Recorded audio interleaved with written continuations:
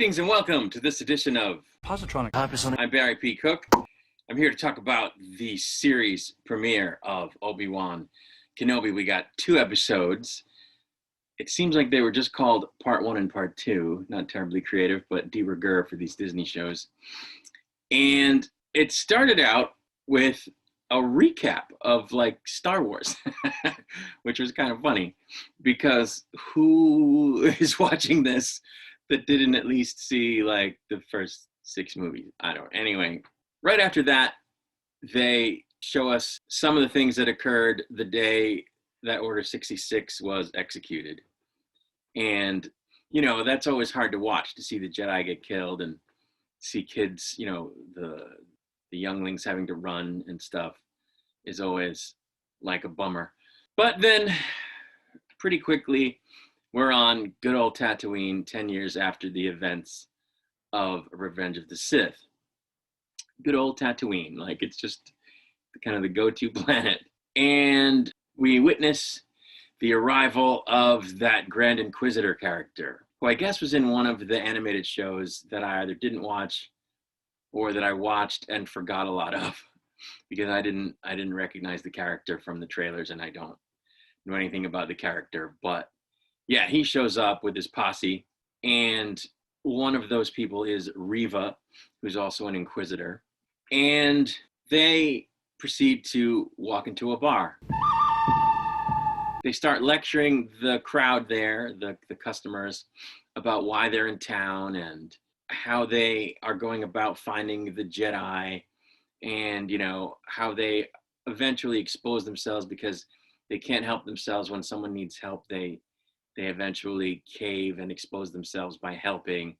And that's exactly what happens. They find a Force user there in the bar. Now, I don't know that they were a Jedi per se, but they were a Force user, and they treated him like a Jedi. And Reva almost kills him, actually, because she's obsessed with finding Kenobi, and she's interrogating him, and he's not telling her anything, and she almost kills him, but the Grand Inquisitor stops her, and he runs away. And I guess they were thinking they would follow him or whatever, but yeah, so that happened. But then we see Obi-Wan, and he apparently is working in some kind of on an assembly line of some kind or something, just working for crap wages. And he's seeing a certain amount of injustice around him, but he doesn't do anything about it. We catch him at the end of a day. He goes home, and we find him with his not camel, that camel-looking creature that's actually not a camel from the trailer, and he rides that out. Well, yeah, he takes a tram somewhere, and then to the camel, and he goes from there to like a literal hole in the wall, cave type place where I guess he's been living. And a Jawa shows up, and he engages in business with the Jawa. He buys some things from him. And he talks about how his parts got stolen, and lo and behold, he's able to buy them back from the Jawa. And he's like, if you're going to steal my parts and then sell them back to me, at least clean them. And the Jawa's like, no, cleaning's extra. But anyway, he buys a toy from the Jawa, and it turns out that this is a toy that we see Luke interacting with in episode 4. So I thought that was pretty cool. The Jawa also shows Obi-Wan his own old belt, saying, oh, this is from a Jedi. And Obi-Wan's like, oh, really, a Jedi? Gee, that's weird. And he doesn't buy the belt, but he kind of plays it off. He then, I guess, goes to sleep, and he's having some nightmares, and he wakes up saying something like, Master Qui-Gon. So I was thinking we were going to see him at that particular moment. We don't, because I guess if they're going to do it at all, they're saving it. But I was thinking we would see him because of what, you know, Yoda said to Obi-Wan at the end of Revenge of the Sith, which is, I have some training for you so that you can commune with Qui-Gon or whatever. So I keep thinking that we're going to see him, but anyway, we didn't in this particular scene. So next we see Obi-Wan go out to the farm where Luke is being raised by Owen and Beru, and he's observing him from a distance. We've seen this in the trailer, but he then, under the cover of night, leaves him the toy, the spaceship, I guess it is. On his way back to his hole in the cave, he is approached by the guy who ran from the bar, who, you know, seems to know that he's Obi-Wan, and he says, Obi-Wan, my name is Ben. And he doesn't own up to being Obi-Wan at first, but the guy talks to him a little more, and then he eventually does own up to it, and he says, take this stuff, these lightsabers, whatever you're carrying, these items, bury them in the desert and forget everything. And the guy says, like, what about the fight? And he says, the fight, we lost the fight. There was a fight, but we lost. And he just goes on his way.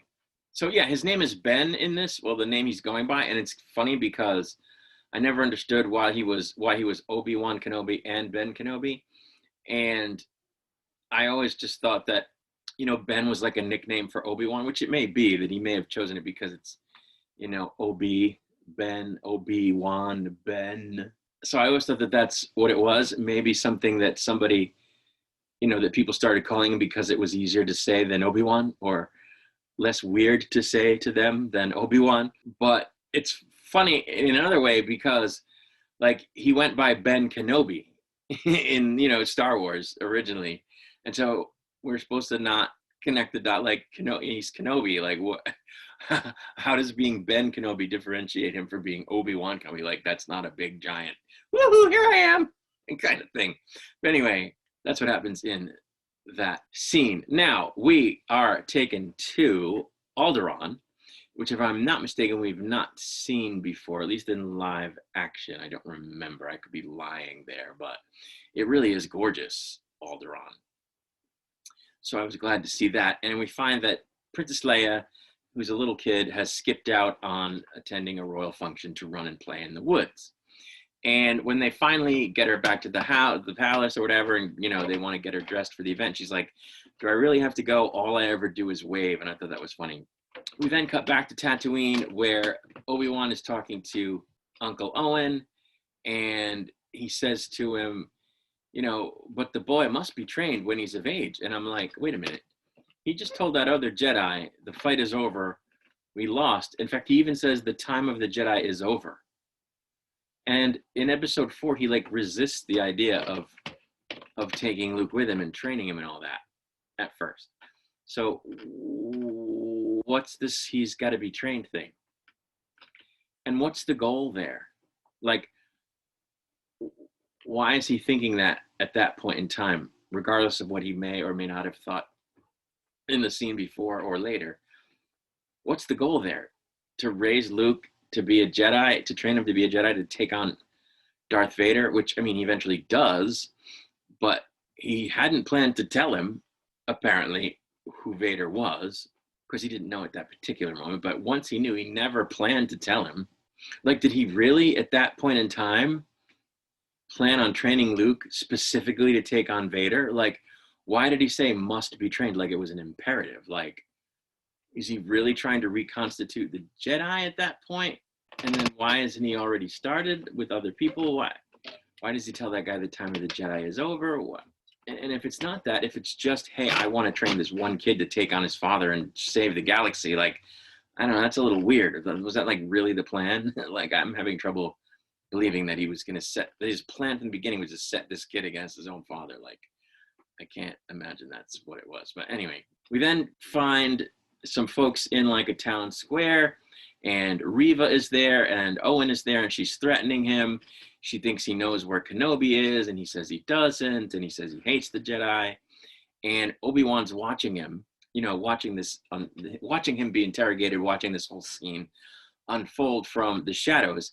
But the Reva lady doesn't sense his presence. Like, how does that work? Does she have to have met him before?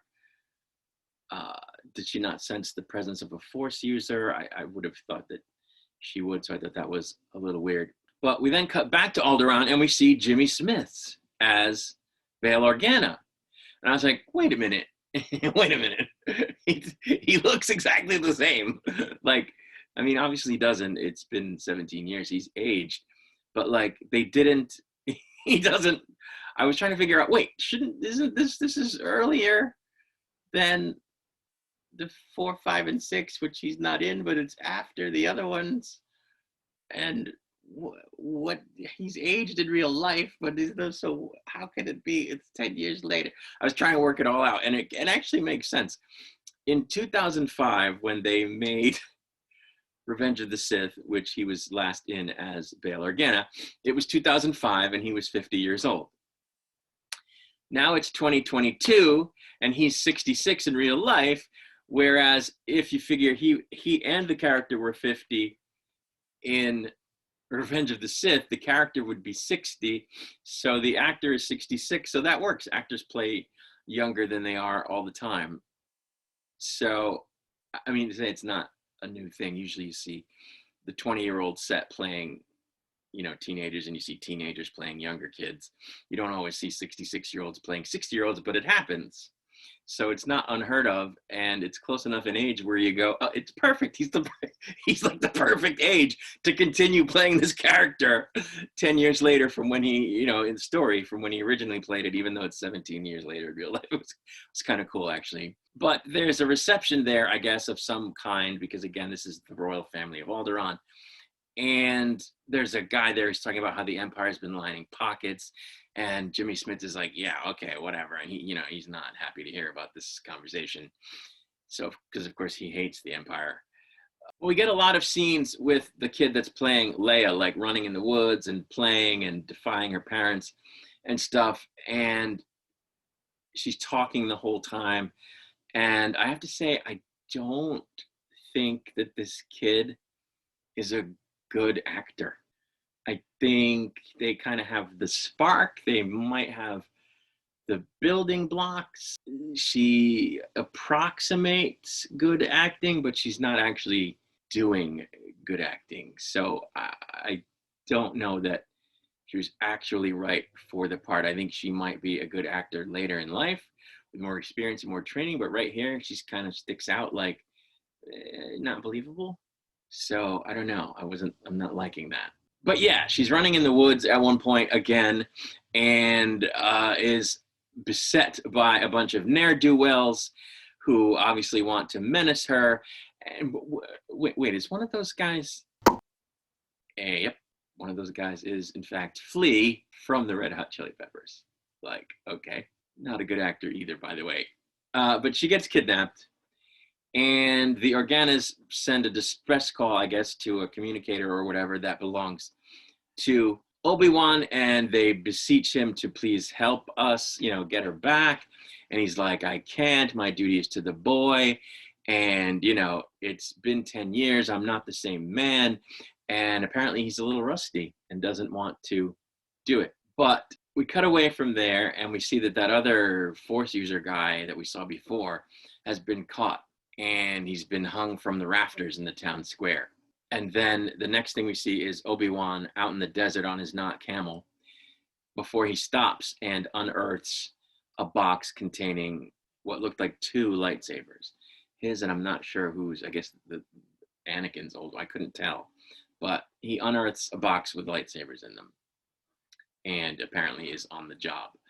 And then goes to take a transport to the planet where the Organas told him, they were told Leia is being held. And that's where the first episode ended.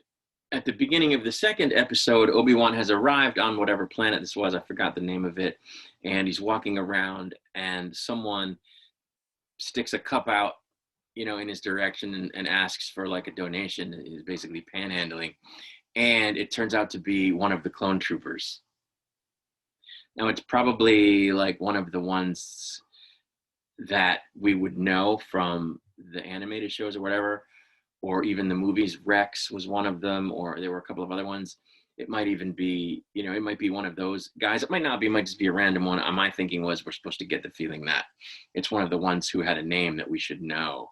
And of course, it was the actor that plays Boba Fett, who of course the clones are based on, you know, in the whose father, Boba Fett's father is the guy that the clones are based on, Jango Fett. And so this, of course, is played by the same actor who played Jango and who plays Boba Fett. So it's pretty cool, actually. But soon enough, a kid approaches Obi-Wan and says, if you're looking for, because he's been saying, I'm looking for a girl who's kidnapped, looking for a girl who's kidnapped. And this kid approaches him and says, if you're trying to find someone, you need to see this guy. He can help you. He's a Jedi. And Obi-Wan's like, oh, really? So the kid takes him to this guy who is apparently acting like a Jedi and taking money from people to help them get passage off the planet. So he does help them, but he's taking their money instead of just helping them. And he's pretending to be a Jedi. He's using tricks to make it look like he's a Jedi. And it was kind of funny. And this fake Jedi is Stuber, the guy from the movie Stuber. Anyway, he gets some information from this guy, and he goes about continuing to look for Leia, and he gets accosted by some guys when he causes a ruckus in like another business, and has trouble fighting them off. It's like he is rusty, and he gets captured, and Flea shows up again and tells him, "Oh, we caught you," or whatever, and he's like, "Yeah, okay." Of course, he does manage to escape his captors and find Leia, and he rescues her, and he's running with her through the streets of this city on this planet, trying to get her off planet and back to Alderaan. And I was thinking, having gone through this, how is it that in episode 4, she's kidnapped, she has to be rescued. How is he in episode 4 not like, what, again? Because the same thing happened to her here. So you'd think he would be like, wait, what, again? What? So it was kind of strange. And it's just strange that the same thing happened to that same character twice. And pretty much by the same people, like 16 years apart or whatever. No, she's 10, so like 8 years apart, 9 years apart. Very strange. And then there's the whole thing about where she says, "General Kenobi, years ago you served my father in the Clone Wars." Not, "Hey, remember me?" Like, what? You'd think she would say, "Hey, remember when you saved me before? I need your help again." So, it makes you question why they make some of these choices, like, why is he even coming into contact with her at all? Because it sort of ruins that whole thing. I don't know. I don't want to hammer them over it. I thought this, so far, I don't really have any problems with the show. It's just these little things that make you go, why does that really make sense? I don't know. Maybe they'll Jedi mind wipe her later on and explain it. We'll cross our fingers. Anyway, at one point, she just keeps talking, and she's saying quippy things and precocious things. And she's asking him, is he really a Jedi? Because she saw his lightsaber. And why isn't he using the Force? And she says, "I want you to float me. Can you float me? Float me." He's like, "No, I'm not floating you." And, at one point he even says, "Well, how old are you?" And I was thinking, why would he ask her that? He was there when she was born. And one assumes he knows when that was and how much time has passed. So was he asking it ironically, or is it a good? I don't know. Is it a plot hole? I don't know. Anyway, they're ducking in and out of alleys and stuff. And at one point, they come across a dead guy, who's holding like a hologram projector of Obi Wan because he's wanted. And Leia sees it, and somehow she puts together the fact that his being wanted is why she was kidnapped, to draw him out, which is the case. But how she would put that together just from seeing that, I don't know, but she does. And she's like, "I can't trust you. Why should I believe you?" And she starts to like run away, and he's trying to get her to stop, and she gets away. And I'm like, I'd have just floated her. At that point, I would just have floated her to keep her from getting away. "Okay, I'm getting out of here." "No, you're not." And she's floating. Why he didn't float her, I don't know. He chases her. So then, this of course flushes him out again, and he's chasing her, but then he's being chased, and he's using a blaster because he doesn't want to show off that he's got a lightsaber or whatever. And apparently he's shite with a blaster, despite having been decent with it, I guess, in one of the prequels for a moment, because he can't hit the broadside of a barn.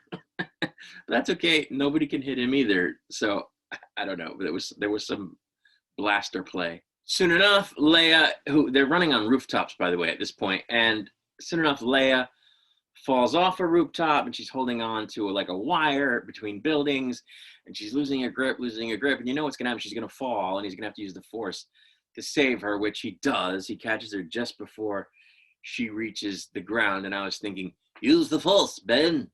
Wait, I'm talking to myself. But he does. And he catches her, so it was pretty cool, actually. But, this Reva chick, man, is hardcore. Like, she wants to capture him badly, and she is apparently a massive simpette for that Vader D. Because she apparently is doing all of this in service of Vader, she kills the Grand Inquisitor. Because the whole episode, you know, the whole 2 episodes, he's been telling her, you need to stop doing what you're doing. You're on a reckless course. You need to stop doing this. Stop your obsession with Kenobi. And she doesn't listen to him. And he shows up at this point, at this confrontation point where she's almost got Kenobi. And he says, I told you not to do this, whatever. And she kills him, runs him through with a lightsaber. So yeah, she's hardcore. She is hardcore. She doesn't care.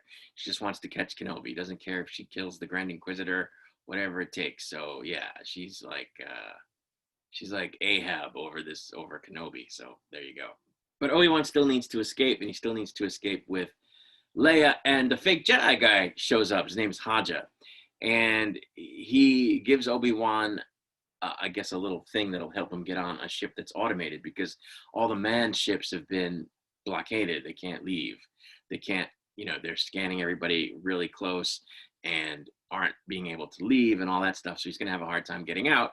This guy shows up and gives him a thing and says, here, go to that platform over there. And he points to somewhere that's an automated ship. And nobody's going to question you. You just need to get there, and I'll buy you as much time as I can. So he like intercepts Reva, and he's talking to her like a Jedi and like, oh, what do you think you're doing? And you need to be gone from this place. And, you know, it's not working. She basically tosses him around like a rag doll and wants to know from him, of course, where Obi-Wan is. And he's like, I don't know what you're talking about. And she's like, that's okay. You don't have to tell me. And she reads his mind. And I was like, well, shit, that would have come in handy about 1 million times over the course of Star Wars. I can't think of any specifically, but I'm sure it would have. And then here we are. She can read minds. Okay. Well, we do know that certain abilities are considered unnatural. So maybe it's one of those things that most Jedi could do but didn't do, because stuff like that was considered unnatural. Anyway, she kind of catches up with him, and he's playing cat and mouse with her. And at one point, he looks at his lightsaber, and I'm like, do it. But he doesn't. He doesn't activate the lightsaber. He's still using the blaster. And Reva is like calling out to him and taunting him or trying to get him to turn himself in or whatever. And she discloses to him that Anakin is alive and pretty much conveys the message that Anakin is Vader. And he didn't know that, which I did not know. So yeah, this is where he finds out. And a couple of fans that I've been talking with today are pissed that she knows that. Like, they say, you know, only the Emperor knew, and Snoke there, was that his name? He knew, and that was really it. So how did she know? Like, what, you know? So they were kind of pissed, but I don't know. I don't find it that hard to believe that one more person than we thought knew actually knew. So I'm okay with it. But Obi-Wan is like really taken aback by this and not pleased to know that Vader is actually Anakin. But he manages to get to the ship and to get on and to activate it. And he takes off, and she's yelling at him, you can't escape him. And we're going to get you, kind of thing. And I was thinking, why doesn't she at least try to pull the ship down with the Force? Like, we've seen Force users do stuff like that, and she doesn't even try, which I thought was weird, because it's like not far away from her at all. She's standing right next to it, and it's not that big, and she doesn't even try to hold it. I thought it was a little strange. But before the episode ends, we see Vader, and I was like, oh, because we see him in the, like, a Bacta tank or whatever it is, with the mouthpiece on, like he's in a healing fluid or whatever. And obviously he's out of the armor, so it's Hayden Christensen, and he's all messed up. His face is all jacked, and he's just floating there. And then it cuts to black, and you hear the breathing.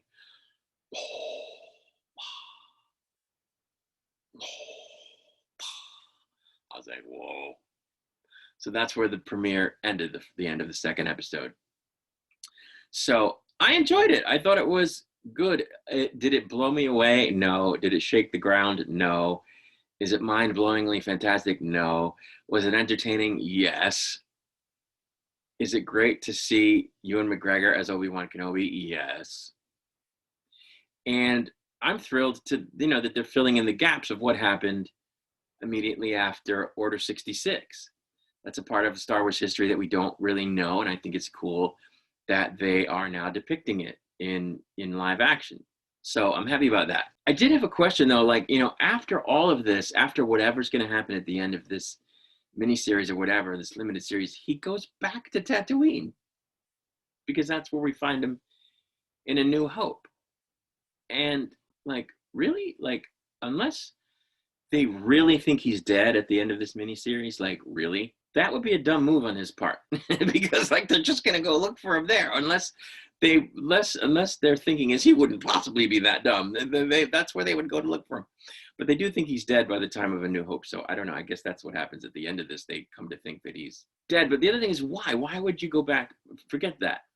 What is the goal? Like I said earlier, what is the goal of watching over Luke, of waiting for him to come of age for training, which, by the way, is supposed to start when they're little, according to the prequels. And even according to Yoda, who's like, oh, he's too old in Empire. Meaning that, he was already too old to begin with, as was Anakin. Anakin, they said, the council said, no, he's already too old. He was like 6. So like, I don't understand all of that business about, why he would have it in mind to train Luke at that stage, which he obviously does because he says that to Owen. I mean, it made sense that he sort of backdoor trained him when he in fact, came across him in episode 4 as an adult. But like, that was the plan from the beginning. Then what? Doesn't he know that he's already too old, or that he's getting to be too old already? Like, I don't know. It didn't make sense. And like I said, did he really plan the whole time to send him after his own father? Like, was that the goal from the beginning? Is that what we're supposed to get from this? Because that's how it seems.